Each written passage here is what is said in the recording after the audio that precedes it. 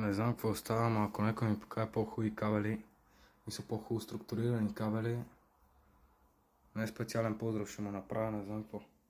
Въпросът е, че сега идва момент, в който цъкаме червеното копче там. Цак. И се надяваме всичко да светне. Сега директно го правим. Така.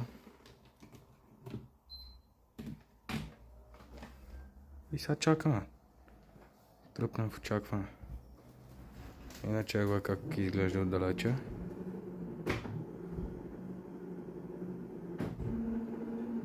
Всичко светна. Само включим буферчето. Да видим то.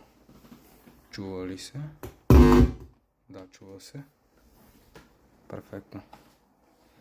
Тия пултки шматки минджи светнаха ли? Защо не ми свети клавиатурата? Добре.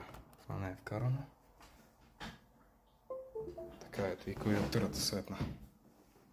Перфект.